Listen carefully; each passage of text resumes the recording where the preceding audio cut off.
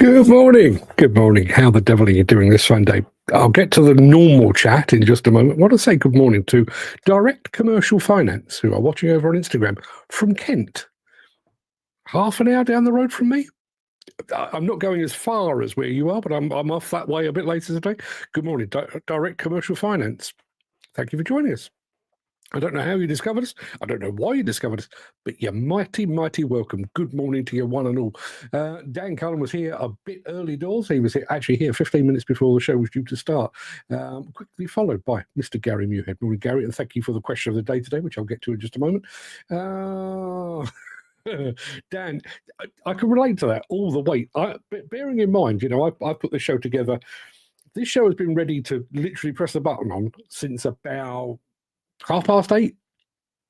I always take it down to the wire just in case something happens during the build-up time that I want to bring you there and then. So I literally this show I've been sat here for about an hour and a half waiting to press the button, but we're finally here. So thank you very much indeed for joining us. What have we got? What else have we got? I think I saw Mark Whiting here. There he is. Morning, Mark. How are you doing, my friend? Good of you to be here. And Dan Cullen, good news from Dan. He's got a fresh start coming up, potentially long-term for a well-established company. Fantastic stuff. And starting on Monday, I think I saw. Good luck to you, my friend. And Dan, Gary says exactly the same. Good luck to you. Yeah, we've got a load to get through. I'm actually out for a spot of lunch today, but yeah, I'm looking forward to it. I have to say, it's somebody I haven't caught up with anywhere near as recently as I should have done of the industry. I'll bore you with the details about that tomorrow. And Direct Commercial Finance says, looking forward to the show. Hey, so am I. So I tell you what, I'll use that to key us in. Without further ado, let me roll the intro, post the question of the day, and get this show. Let me get Gary out of the way. Let's get this show on the road.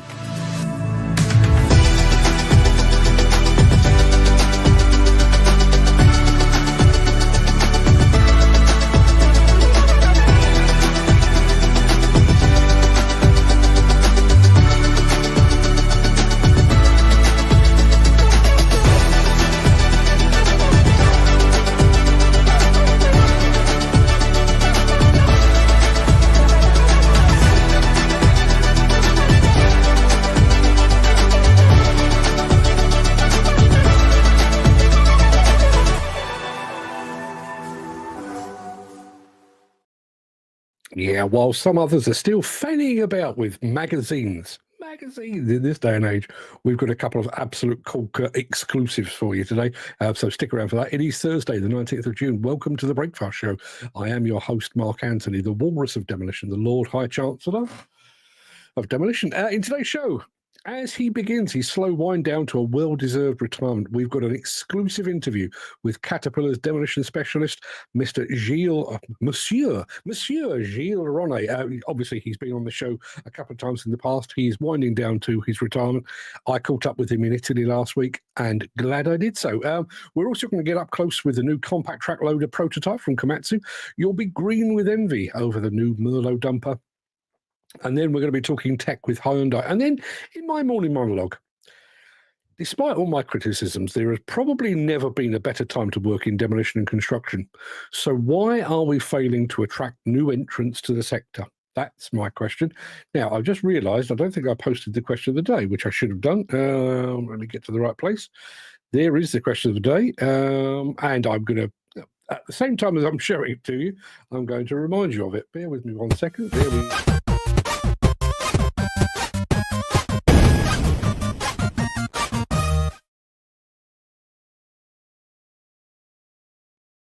I'll come on to that in just a moment, but I'm going to say good morning to Ken Hatcher, who's got the sunshine, same as everybody else, I would have thought.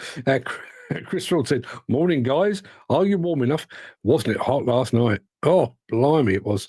And do you do that thing where you open the window in your bedroom? You think, I've got a bit of cool air, and then you can hear every single thing outside. That's not funny. Jim Turner says, morning, peeps. Good morning, Jim. Good morning, Chris. Good morning, Ken. Yes. Question of the day today comes from Mr. Gary Muirhead, and his question is this, quite simply: do you have any toxic traits that you're not particularly proud of? I mean, I'm probably not the best person to ask about my toxic traits. I would, if my wife walks past the door in a moment, maybe I'll get her to share what she believes to be my toxic traits.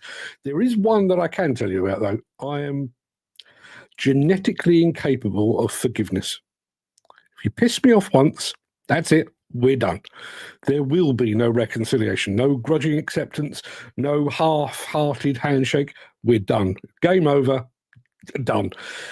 Wish I wasn't like that. Wish I was a little more forgiving, but I'm not. But what about you? Do you have any toxic traits of which you are not particularly proud? Ken Hatter is suffering with hay fever. Yep, me too. I had a damn good sneeze before you all came on online this morning. Dan says, God, it was roasting last night. It really was. Jim Turner says, that's very apt, Mark. My LinkedIn post this morning is about attracting new people to our industry. Jim, as soon as this show is over, sort of. I mean, I've literally got to finish the show and then walk out the door. But as soon as I get a chance, I'll have a good read of that. But it is perfectly timed. Thank you very much indeed. So, yes, should we crack on with the show? Because we do have quite a bit to get through. I'm going to start with Gilles Ronnet immediately after this.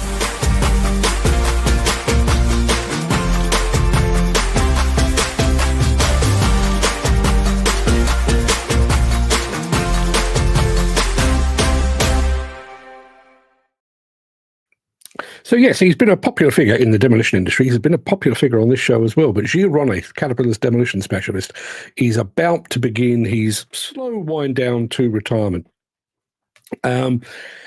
He's already got his successor in place, a guy called Jean-Christophe Etienne, who's very, very nice. Belgian, not French this time. Very, very nice, very knowledgeable, really knows his stuff. And the two are due to sort of cross over. So Gilles will wind down and he'll wind up, and sometime around about September, Gilles will pass the baton. Tough act to follow, but that's exactly what's going to happen. So while I was in Italy last week, it's one of the main reasons I went, actually. I caught up with Gilles to find out, well, do a bit of a background and, you know, how much he's enjoyed being in the demolition industry and how much the demolition industry has enjoyed having him about. This is that interview.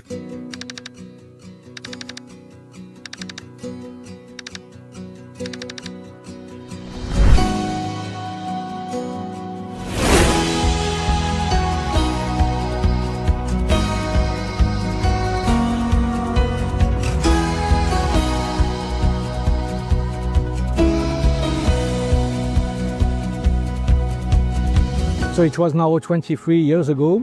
Was working in the demolition work tools company in France at that time, and Caterpillar, let's say, banged on my door, asking me if I was interested to work for the demolition segment because they were looking at, let's say, work tools application specialists at that time, and has been a good opportunity. And finally, yes, we did the deal.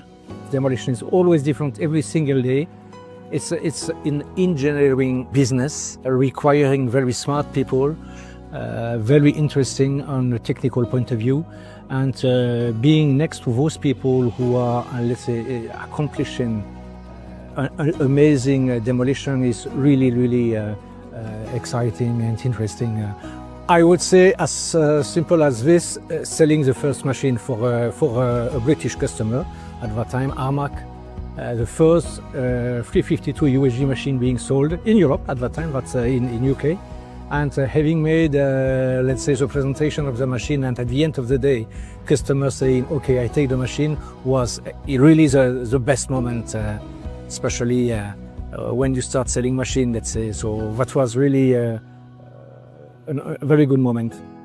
My favorite remains, let's say, the 340 UHD, which has the maximum versatility, with 4 different options of booms, of front parts configurations, 2 different options in terms of undercarriages, offering to the customer so many options, so many versatility, so much versatility. But for me, it's also a perfect machine. Every machine is good, but this one is for me the most impressive. Be curious. Be curious. The customers, they work 8 hours a day in the machines. With the machines, with the work tools, they know what they need, they know what they want and why. So I would say just be curious, listening, and of course to our dealerships and all the people working for our dealers to transfer the information, the knowledges. But the curiosity is sane. We need to be curious in our activity for understanding the customer requirements, for being sure that we develop the right product for the right application.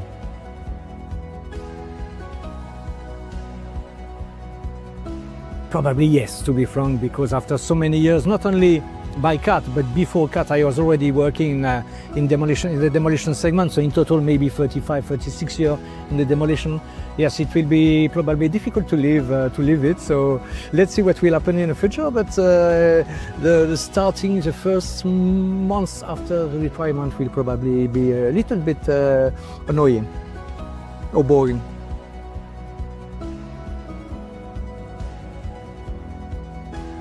Probably the fact to enjoy what we do is showing to the people in front of us that we understand their needs, that we are facing the same situations. We have the common goals, and probably people appreciate to have people from the suppliers talking the same vocabulary, using the same word, understanding their needs. It's probably the most important, yeah.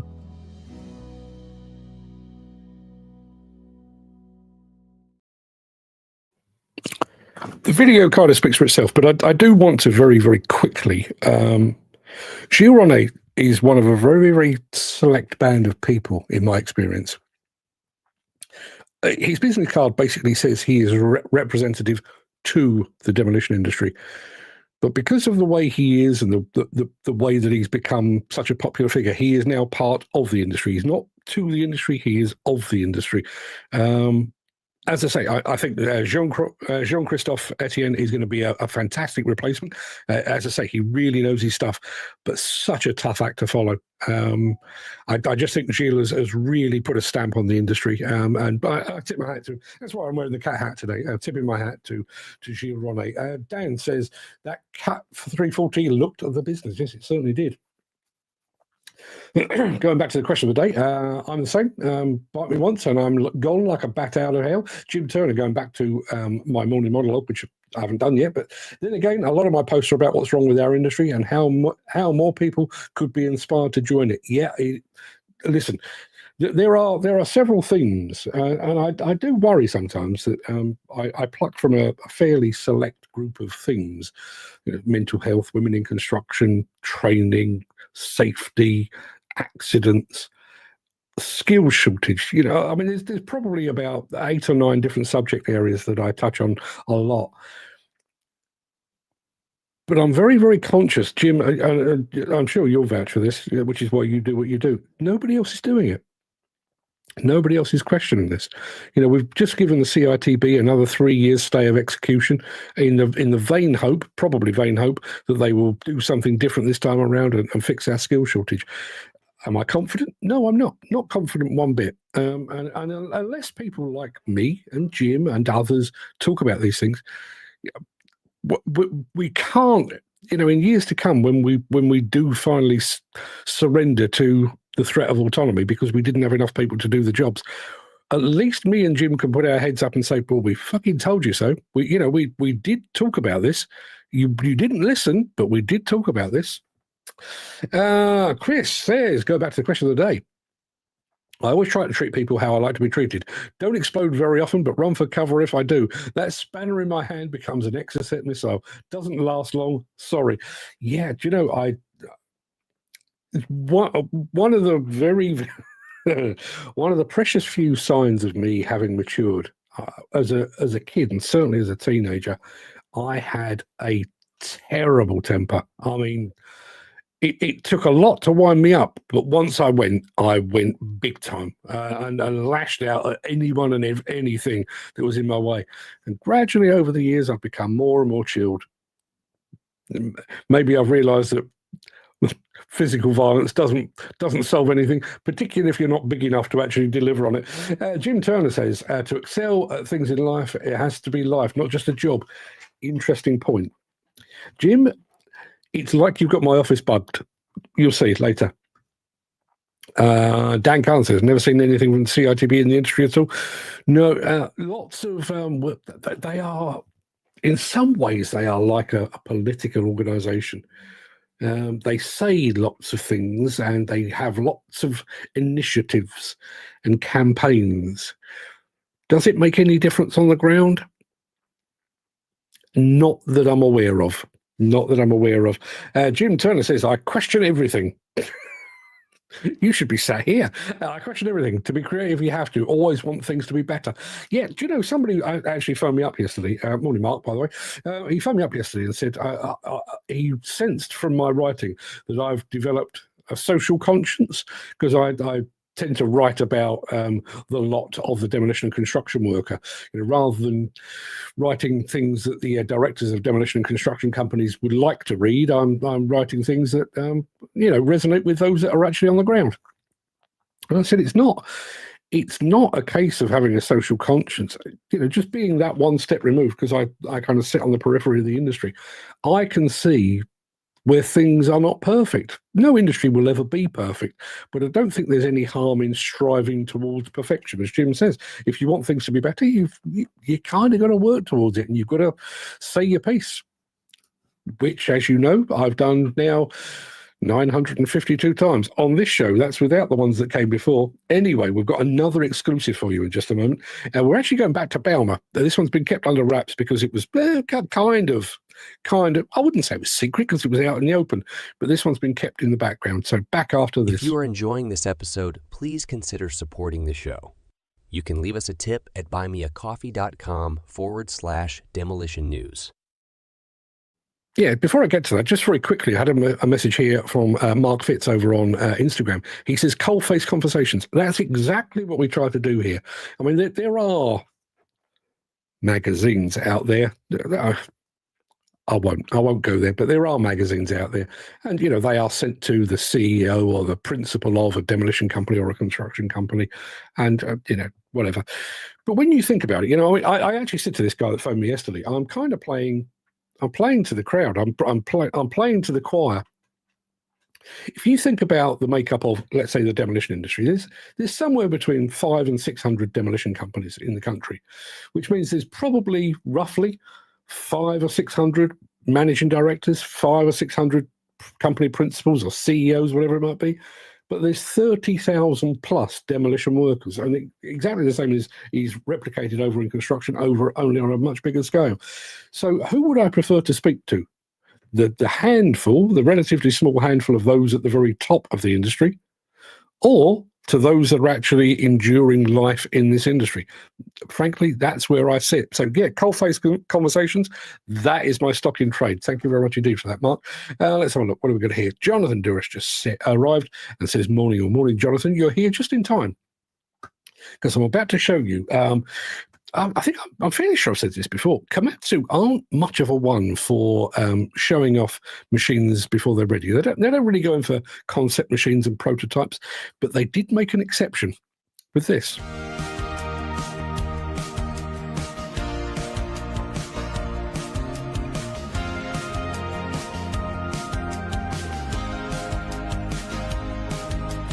One of the most important features of our new prototype, which is the hydraulic outputs, the hydraulic performance, designed and tested together with our suppliers to get the highest performance possible in the market. Our iconic characteristic for our cab, that's the pull-up sliding door. This allows the operator to keep on working with the door closed, but as well with the door completely open. Operator comfort is at the highest. The cab is pressurized. The operator can stand inside in a very clean environment. Inside the cab, you can find an operator suspended console. Completely redesigned console with integrated monitor in front of the safety bar. It's a 5-inch monitor. You can set up your flow, you can set up your pressure, you can control everything about your machine. A lot of new features that will be rolled out, like self-leveling, ride control, return to dig. We developed this rear view camera and as option a human detection system which warns the operator in case somebody gets closer to the machine, granting the highest safety inside the job site when using this machine. We create a machine which is super stable. The operating capacity is at the highest level. We have the highest drawbar pull, we have the highest breakout force, we have the highest performance that you can find among all our competitors. This machine has really been designed to provide the highest performance to each customer. We are displaying this machine at Bauma 2025. It is still a prototype, but we are really looking forward to show you something more regarding this machine in the future. Yeah, having seen that up close, very smart machine. Can't wait to see the finished product. Incidentally, and this is, I just didn't realize, obviously Komatsu have a facility, a manufacturing and design facility in Italy. And that facility is about, 200 yards from the front door of Trevi Bene. So while I was in Italy last week, we were going to Trevi Bene and we drove past the front door. It seemed very strange to go to a Komatsu facility and not go through the front door. We just drove past and went straight to Trevi Bene. That's how it worked. What do we got here in the chat? Looks a nice bit of kit. Peter McKenna has just joined us. Morning, Peter. Thank you very much indeed for being here. Loads and loads. Loving the new Diggers and Dozers logo. Yeah. Yeah, if only you knew. If only you knew. We sat here one evening, and I reckon Fred did about 50 different redesigns in a single evening before he finally settled on the one that you just saw on the video there. Yeah, and he's got it on T-shirts and hats and various other bits and pieces. I just tend to wear Caterpillar handouts, basically. But yeah, thank you very much indeed for that, Gary. He will be very pleased to hear it. Yeah, time to get green with envy in just a moment after this. Since the finance bill came into effect in April, the construction industry has seen a surge of fuel thefts. The rising cost of living has placed an additional risk of theft by employees and contractors, as well as opportunistic thieves. By using diesel dye and placing warnings of its use, you are sending a clear message that this is your fuel.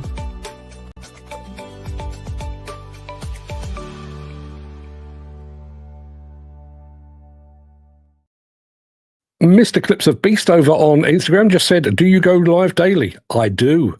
10 a.m. UK time every single workday, apart from when I'm swanning around Italy having a good time. Everybody, it is time to get green with envy. We're off to have a look at a brand new machine from Merlo.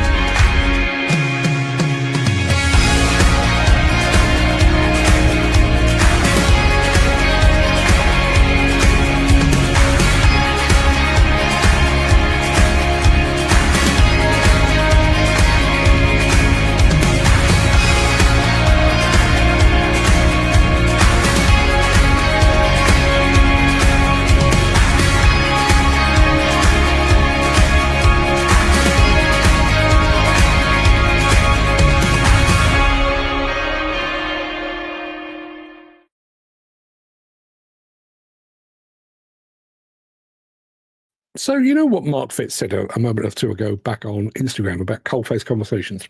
Here's an example. When I first saw that Merlo machine, my immediate thought was, love the colour. I do like a dumper becomes a dump truck. You know, I kind of like that whole design thing. Garvin over at Mostly Diggers on Instagram immediately said, looks a bit snug. So as I say, I tend to look at the aesthetics. People more practical than I are looking beyond. That's what he said. Over on the other chat, Dan Cullen says they're good, but cab space is tight. 2 steering wheels, a little bit awkward. See? You see? And Chris Ford saying the same thing. Looks a bit tight in the cab, swinging the controls around if you're large like me. I'm not fat, honest, just big boned. Ah, yes, the big boned. How can I be big boned at 5'10"? And yeah, I am. Bizarre. Yes, so people do tend to look at these shows and they look beyond the pure aesthetics, which is what I deliver. That's why we have these conversations. Jonathan Duras says, nice little dumper. That I agree. Does look a nice little dumper. Perhaps more suited to somebody of my frame size, perhaps. Jim Turner says, question today. If I need to translate this probably. If wronged, I can be extremely mardy. Inwardly, I never rev up and spiteful. I never forget to have my pound of flesh if I think someone deserves it. Other folk don't like these traits, but I find it a strength, not a weakness. Yeah, no. The one thing I would say about mine, that whole idea of just sort of cutting people off, and I do it by default. It's not a thing that I actively seek to do. My one point with it is it does come with a degree of regret. You know, if you've cut somebody off and then you hear something unfortunate's happened to them, or possibly they've even passed away, and you're left feeling, should I have mended that bridge? The truth is probably not, but it does come with guilt. Dan reckons that Merlo were good at plant works. I don't actually remember seeing Merlo at plant works, but I'm sure you're right. Jonathan Duras, yeah, I wouldn't fit in it if I'm honest. Yeah, do we need, never mind autonomy and remote controls, do we need to breed a bunch of jockey-sized operators to fit in these snug little machines? Used to think that with the early doors Japanese excavators and mini excavators. The cabs in those were, a bit like that. They're absolutely fine if you're a Japanese. If you're a normal-sized Caucasian person, a bit more than a bit snug, shoehorned to get in, I would say. We've got one final film to get through today, which is all about technology, and it's featuring Hyundai. I shall show it to you in just a moment.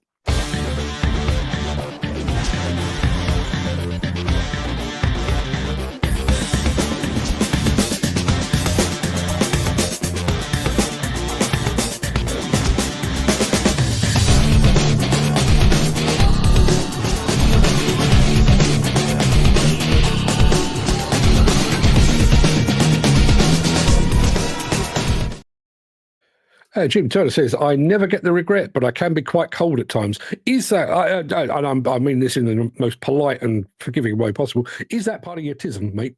Is that just part of your makeup? Like to know. Hyundai, not my cup of tea. Okay, well, let's see if I can change your mind. Let's talk technology with Hyundai. We believe when technology is people-centered, the world becomes a more comfortable place. We know that when we keep pushing boundaries, the future becomes brighter. This is where that journey begins. In 1985, inside a small development lab in Ulsan, we began building our technology, gained experience, and laid the foundation for reaching the world. With better technology, we've aimed to create a more comfortable tomorrow and dreamt of a better tomorrow. Today, here at our new Ulsan campus, we're ready to begin an even greater journey.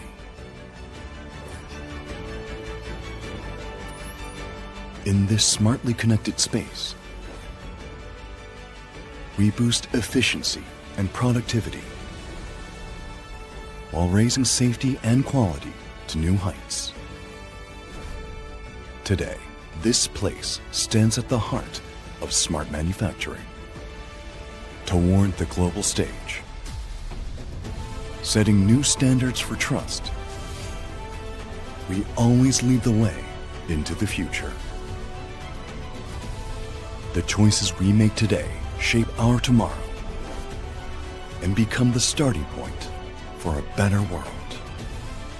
We'll keep moving forward so that even the smallest ripple can become a powerful wave of change in the world. Building a comfortable tomorrow.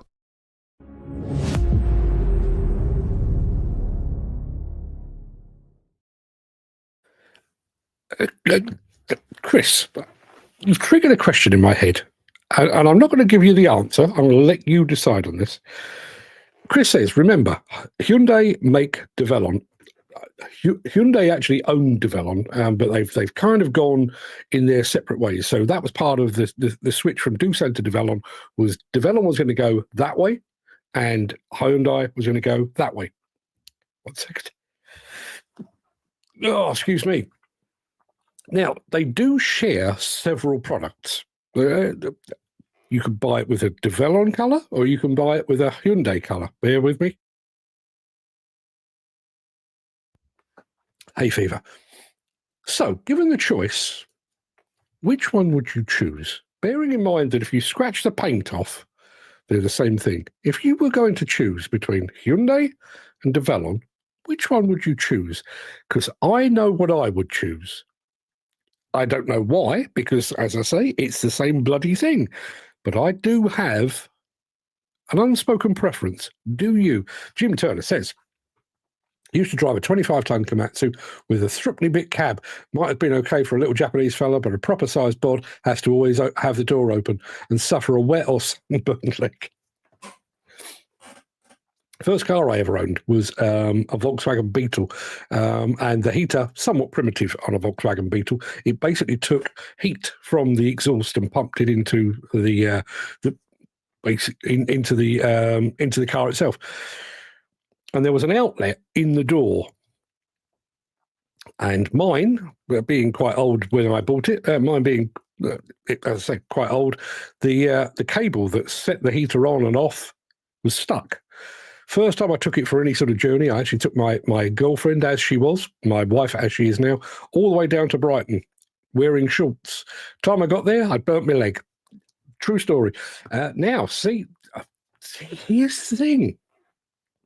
And I agree, bizarrely.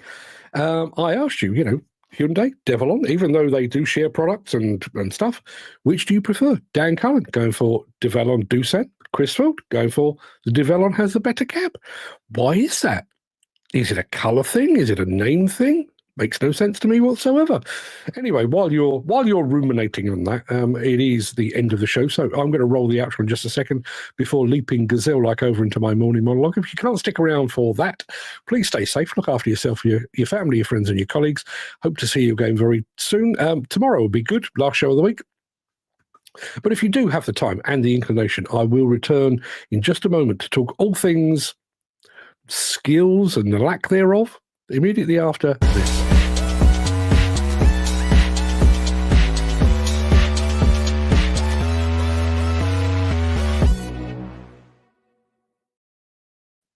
There was a time when building something, anything, was seen as a noble pursuit. It wasn't glamorous, didn't need to be, but to work with your hands, to leave something behind real and lasting, that was enough. That was everything. Demolition and construction wasn't merely a job. It was a calling, a vocation, a trade in every sense of the word. Hard-earned and hard-learned. It wasn't clean or safe. There were no hard hats, no safety briefings, no mental health initiatives. It was dusty, dangerous, physically punishing. Workers operated without the protection of the rules and systems we take for granted today. And yet, for those who toiled on site, they did so with pride. Their value wasn't measured by degrees or titles, but by what they left standing when the dust settled. Ask any veteran of that era, and they'll tell you, you came home tired, sometimes injured, but you came home proud. You built things, you broke things, and society, for the most part, recognized the dignity in that. How far we've drifted. Today, the demolition and construction industry is seen not as a destination, but as a detour, a fallback plan for those who didn't quite cut it elsewhere, a career of last resort, a profession for those who didn't do well at school or who weren't cut out for office life. Construction has become the job you settle for, demolition the job you fall into. And therein lies the greatest irony. Because the truth is, today's industry is better than it ever has been. Safer, smarter, more sophisticated, and more rewarding. Workplace fatalities have dropped. Mental and physical well-being are now part of the conversation. Protective gear is the rule, not the exception. Site safety protocols cover all eventualities. Structured training programs and apprenticeships offer clearly defined career paths. There are qualifications, leadership development, and transferable skills. This is not an industry of back-breaking toil alone, not anymore. And what's more, today's industry plays to the strengths of the very generation that refuses to embrace it. Think about it. Today's projects begin not with blueprints and hand sketches, but with drones and 3D scans. Planning meetings are conducted using tablets and project management software. Excavators, dozers, and even remote-controlled robots are operated with precision systems that feel more like video games than heavy machinery. For a young person who's grown up with an Xbox or a PlayStation, the controls of a modern excavator are far more familiar than a typewriter or a filing cabinet ever will be. Drones conduct topographical... I knew I was going to stumble over that word. Drones conduct topographical surveys. GPS systems guide earth-moving equipment with millimeter accuracy. Augmented reality overlays designs onto real-world sites. AI is beginning to play a role in estimating, procurement, scheduling, and even site safety monitoring. This is no longer a world of bricks and hammers alone. It's a world of data, design, digital tools, and decision-making, all of which align perfectly with the digital fluency of a younger generation. And yet, the industry stands at the edge of a critical skills cliff. Recruitment is harder than ever. Apprenticeship uptake lags behind demand. Young people are not merely turning their backs, they're not even looking in our direction to begin with. Why? It's not the work has evolved. It's not the risk, that's been reduced. It's not the pay. In many cases, salaries rival or exceed so-called white-collar roles. No, it's perception.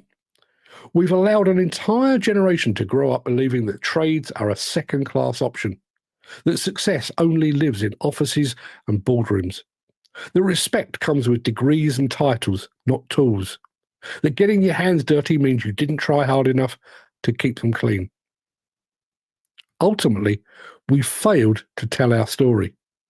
We haven't shown what a career in demolition or construction really looks like today. We haven't told young people that they can earn while they learn, that they can start on the tools and move into management, surveying, estimating, or entrepreneurship, that they can spend a career outdoors building legacies or indoors modeling the future in 3D. We haven't told them this industry still rewards hard work, still values loyalty, still offers a sense of tangible accomplishment that few other sectors can match.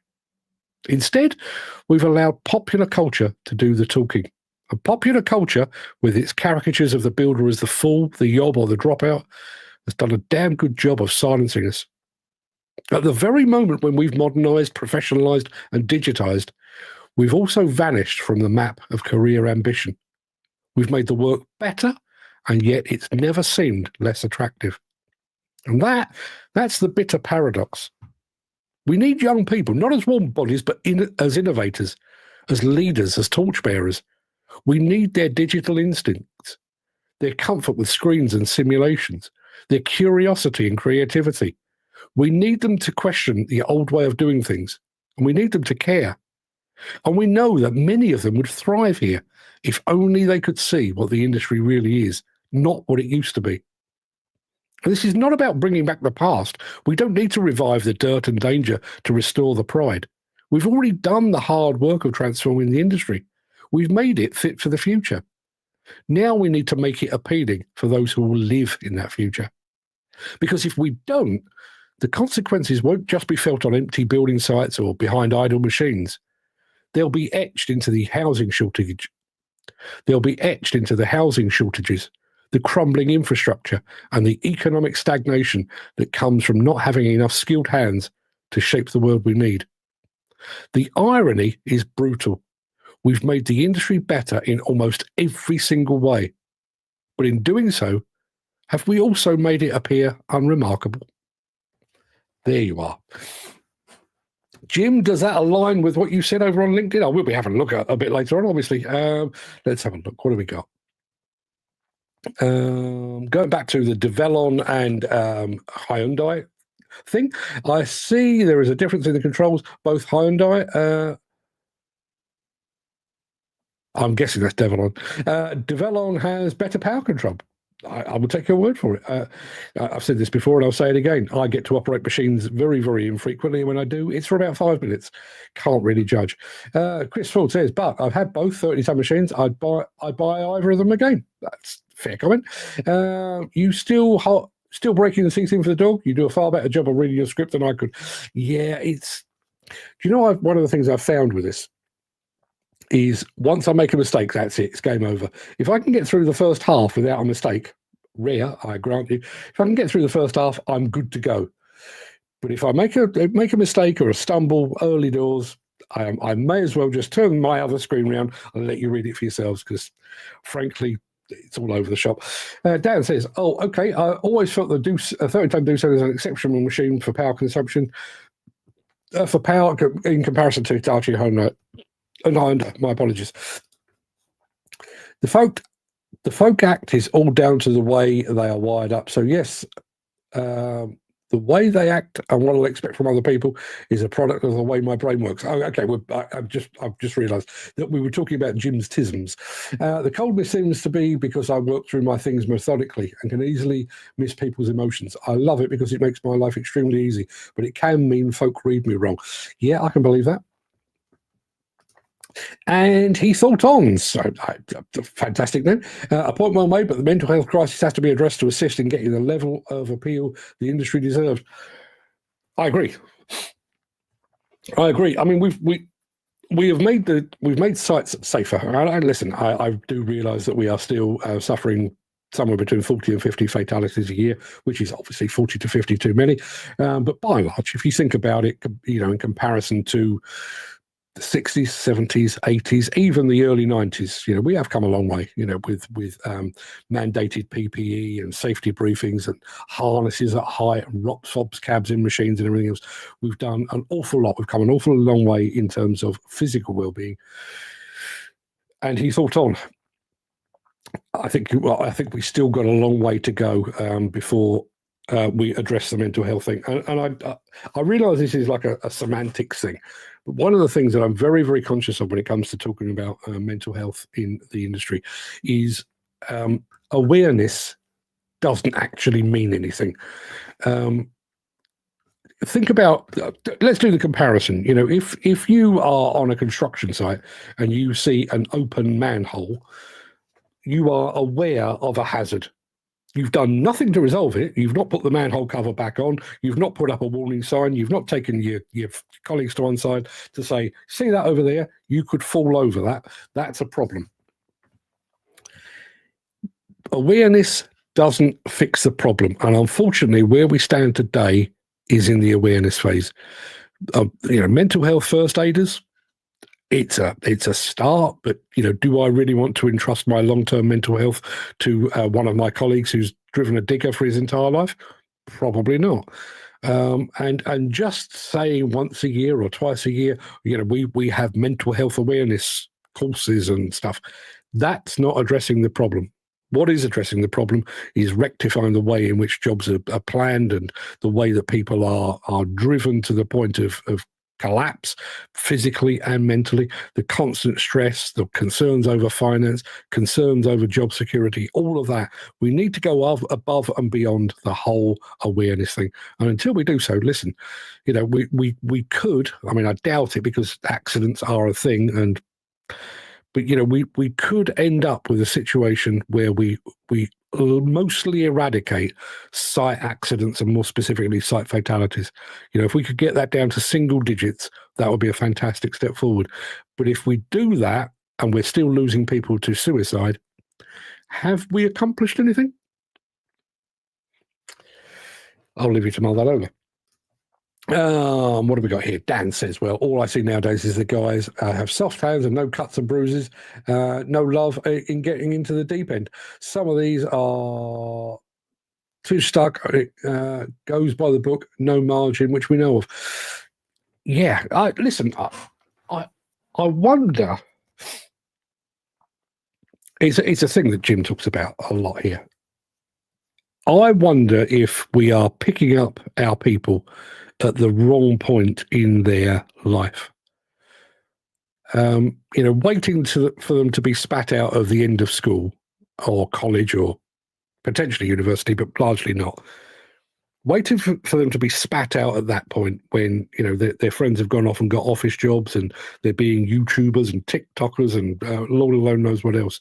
And you are left like, you feel like you're left behind. Whereas if anybody had any degree of sense, you know, get into schools, find the 13, 14, 15-year-old boy or girl that has the spark. You know, they may not be academic, but they are very, very hands-on, very, very tactile in what they are able to do. And if you could start to divert them then, 13, 14, 15, so by the time they come out of school, they're ready to rock and roll. And bearing in mind, at that age, you're like a sponge. You know, if you could start to expose people to, you know, the realities of demolition and construction life, you know, including the amount of money you can earn, you know, the amount of fun you can have, the amount of camaraderie you might encounter on a site, and so on down the line, you know, and start to change the narrative. So when people leave school, I mean, I said in that piece that I wrote, as it stands at the moment, jobs in demolition construction are largely seen as the career of last resort. We need to change that narrative as an industry. We need to change that narrative whereby careers in demolition construction become an actual first choice. You know, never mind your YouTube, TikTok bollocks. I want to do this. I want to build things. I want to tear things down. I want to change the way the world looks for the better. And I'm willing to put in the graft to do that. So that at some point I can say to my children, my grandchildren, see that tower block, see that bridge, see that office block. I built that. We're not doing that. We've allowed, as I say, we've allowed the construction trade to be caricatured to the point where, you know, everybody that works in construction has the arse hanging out of their jeans. They're all effing and jeffing all over the place. They're all as daft as a brush. Don't have two brain cells to rub between them. Couldn't be further from the truth. Academically, not necessarily. I mean, I tend to have a foot in both camps, and some of the people that I've met along the way that write for a living are academically incredibly clever. But I promise you, anybody out there that is you know, of the younger generation, the smartest people I have met in my 60 years on this planet are the people in demolition construction. You know, people like, you know, a Jim who will look at a problem and rather than, well, we need to have a meeting and we'll form a working party and we'll have a committee and then we'll have suggestions. And somebody like a Jim will look at it and go, why don't we do it that way? And they fix the problem there and then. They are smart as smart can be. Schultz Group just joined us over on Instagram. Could that be Gary Short? Is Gary Short on Instagram? If he is, Gary, good morning. If it's somebody else at Schultz Group, good morning to you as well. But good morning either way. Jim Turner says, if the right folk are in the right jobs and ideally working for the right people, then people's mental health will be better. I think there's so much to the whole mental health piece that needs to be addressed. I wish I could remember what the expression is. There's a thing that does the rounds on LinkedIn about people don't tend to leave for more money. They don't leave a company for more money. They leave because the people that they're working with aren't particularly great. I think that's part of it. I will keep going back to job security, financial security. Will I get paid? If so, when will I get paid? When this job is over and done with, when I've slogged my guts out and I've worked my fingers to the bone, will I still have a job, or will I be laid off and have to go and find something else? I mean, look at Dan Cullen. Dan is in and out of work. He's in and out like a fiddler's elbow. Not through any fault of his own. It's just the way that the industry is. How could Dan make a long-term plan for anything, bearing in mind that he might be in work today and not in work tomorrow? Folks should learn to speak up when they aren't happy. It cleanses your soul when you let the daylight into somebody. Yeah. But again, we've had this long before we had discussions about mental health. This industry for a long time, and nobody can tell me that it isn't the case now. We have blacklists. If you made too much noise about health and safety, if you made too much noise about working conditions, if you made too much noise about rates of pay, basically, if you made too much noise, your reputation would go ahead of you. So you might make it to the end of the job that you're on, not be invited back, and then when you apply for a job with somebody else, they make a phone call to your previous employer. What was he like, that Jim? What was he like? Good worker, but yeah, he's a troublemaker. He's a rabble rouser. We don't want him anywhere near your job. And again, the ability to speak out, I think, going back to what you were saying earlier, Jim, the fact that you can be a bit cold, maybe that works to your advantage. Not everybody is built like that. Took me a long while to learn that. Took me a long while to realize that actually just because somebody has a more important job title than me doesn't necessarily mean that I shouldn't tell them what I think. I was probably 3 or 4 jobs into my career before that sunlight came into my life. Jim says, as I've said plenty of times, academic studies don't suit everyone. So at 14, give kids the chance, or the choice rather, of practical or academic education.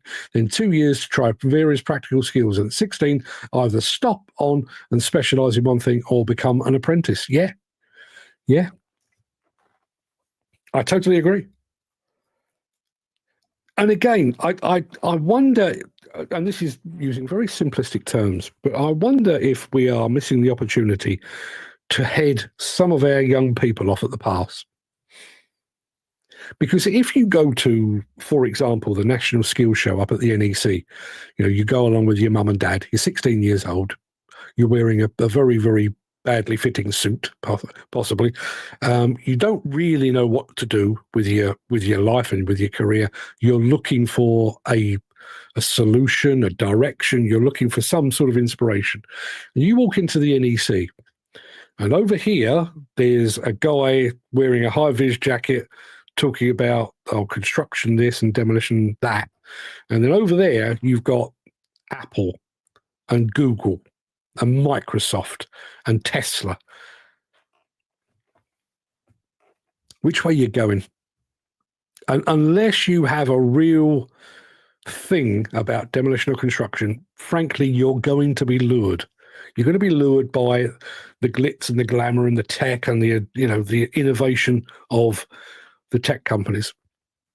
Whereas if, as Jim suggests, if you can get into schools and identify those that are maybe less academic but certainly practical, and start to gear them and expose them to what construction and demolition looks like, expose them to what a machine looks like and what you can do with that machine.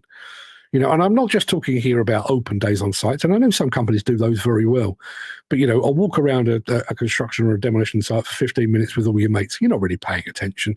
But I think if you can put some dedicated time into a handful of people, male or female, of 14, 15 years old, give them the exposure, give them the ability to experience in some way or another. That's what it needs. It needs inspiration. It needs what is that expression? And I tend to use this when I'm talking about trying to attract women into construction. You can't be what you can't see. When was the last time you turned on the TV and saw a demolition person or a construction person represented in a positive light? You know, you go back to TV series like Auf Wiedersehen, Pep, which fantastic, good fun, but they were all beer drinking, lager swilling, punch ups after hours, daft as a brush, every last one of them. Not really the greatest image. Boys from the Black stuff, exactly the same sort of thing. You know, when was the last time you saw somebody on TV or on a movie or whatever where demolition or construction was represented in a positive light? And we've allowed that to happen. And we don't need to rely on TV networks or movie producers. You know, we have social media now. You know, as an industry, we need to be meeting people where they are, meeting young people where they are. And by and large, where young people are isn't TV channels anymore. It's not scheduled TV programming. It's probably not even at the cinema. It's on TikTok and Instagram. Show them what can be. Not me, because, you know, look at me. It's a long while since I can even remember what young was like. But there must be somebody out there that could, you know, inspire. I love when walking around in certain areas, I say to people, I dug foundations for that building. I worked on that building. And people say, that's BS, until I show them pictures. Yeah. I mean, the one that really astounds me, back in the day, one of my mates worked on Meadowhall. At the time, it was the biggest shopping centre in Europe. And I paid a visit up to that when it was being built. And it was literally foundations at the time I went up there. We were looking at sort of concreting and that kind of thing. And you drive past it now because it's got that kind of copper roof and it's all gone that really nice patinaed green. It looks like Meadowhall has been there forever. But I remember it being built. I didn't contribute per se. I pointed at it and aimed a camera at it. But yeah, I feel like an intrinsic link to that. Where is that? Where is that thing? And the bizarre thing is, and I'm doing this on the fly, but when you think about it, you think back to some of the biggest names in British history. You know, Isambard King de Brunel with a suspension bridge, for example, Sir Christopher Wren with St. Paul's Cathedral. And you're talking about people that were, I realise they were designers, architects, but we remember them hundreds and hundreds of years later for their contribution to the national skyline. I mean, to this day, I don't think in the UK there is a better building than the St. Paul's Cathedral. I honestly don't. I mean, there are some fantastic buildings, but as far as I'm concerned, St. Paul's Cathedral stands alone as an absolute icon. That started with a guy with a pen and piece of paper and a pen or whatever it might be, and it culminated with hundreds and hundreds of, guess what, construction workers. And hundreds of years later, we can still point at that and say, look how bloody awesome that is. You know, come forward even further. Come forward to the Shard. You know, I realise it had a bit of a mixed reception when it was opened, but look at it. It is an absolute icon. And that icon was made possible, yes, by an architect, but by hundreds, quite possibly thousands of initially demolition and then ultimately construction workers. Why are we not showing the Shard as you could be a part of this? Dan says, been cool to be part of the project. Yeah, absolutely. What have we got here? The way to get kids interested, let them have a go. 100%. A couple of people I want to say good morning to. Dynaset Official, thank you very much indeed for being here. I was with one of your colleagues. It may even be you. I was with one of your colleagues over in Italy last week. And Chemrock have just joined us over on Instagram. I was with one of your colleagues, Arsene. Is it Arsene Lucas? I should know. I do. I apologise for not knowing. But look, Chemrock, I've got one of your key rings here. Yeah, I'm paying attention. What have we got here? As I said before, a youth group like the Scouts, but construction skills-based, would get the kids right into our industry. What do... I never attended. I was too busy playing football. So I never attended. What do Scouts do now? Is it all still knots and dib, dib, dib, dob, dob, dob, and all that kind of thing? Because, if each to their own, and if that's the kind of thing you're into, absolutely fine. But imagine, rather than going along to a thing and learning to tie a naval knot, you go along and learn to drive an excavator. Given the choice, and I realise I'm biased, but given the choice, I know which of the two I'd choose.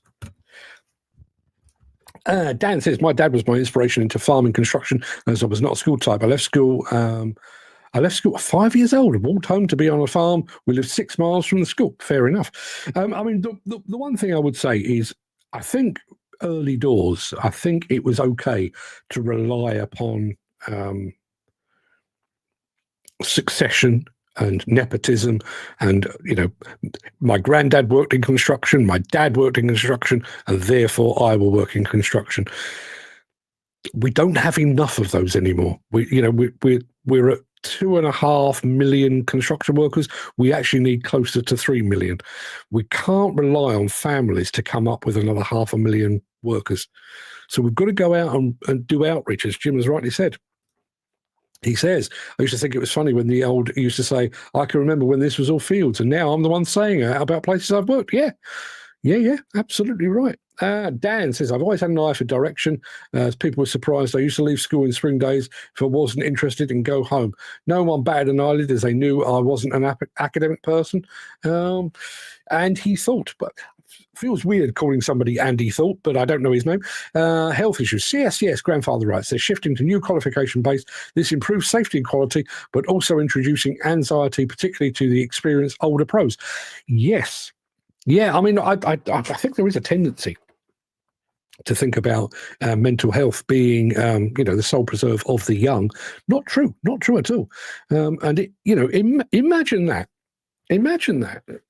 We touched on this when it was all becoming a thing, but I'm going to go with the flow here. Imagine you've been doing your job for about 30 years, and bearing in mind, I am somebody that when my life shifted, I had been doing my job for 30 years. And while I wasn't considering retirement, when I'd been doing this job for 30 years, I was only 55 years old, and I was quite enjoying myself. So I hadn't really thought about retirement. It was a long way off, not really a concern. But in the back of my head, I'd accepted the fact that here's what I'm doing today. This is probably what I will be doing when I finally say, that's it, I'm done, I'm going to go and put my feet up. Imagine that with, a demolition or construction worker. You've got your CSCS grandfather rights. You've put your 30 years in. You clearly know your shit, because otherwise you'd have been fired years ago. You really, really know your stuff. And then somebody moves the goalposts and says, actually, yeah, your grandfather rights don't cut it anymore. You need to go and sit a test or sit an exam or restudy or whatever it might be. If you are academically minded, maybe the thought of sitting a test, you might have gone, no, fair enough, pain in the arse, but yeah, go on then. If that's what I'm going to do to keep my car, that's what I'll do.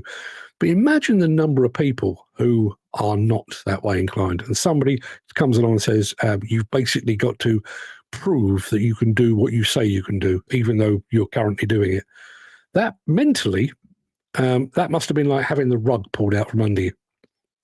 What was we talked about the financial impact, we talked about the job loss impact, we talked about, worsening a skill shortage at the time when it was already bad anyway.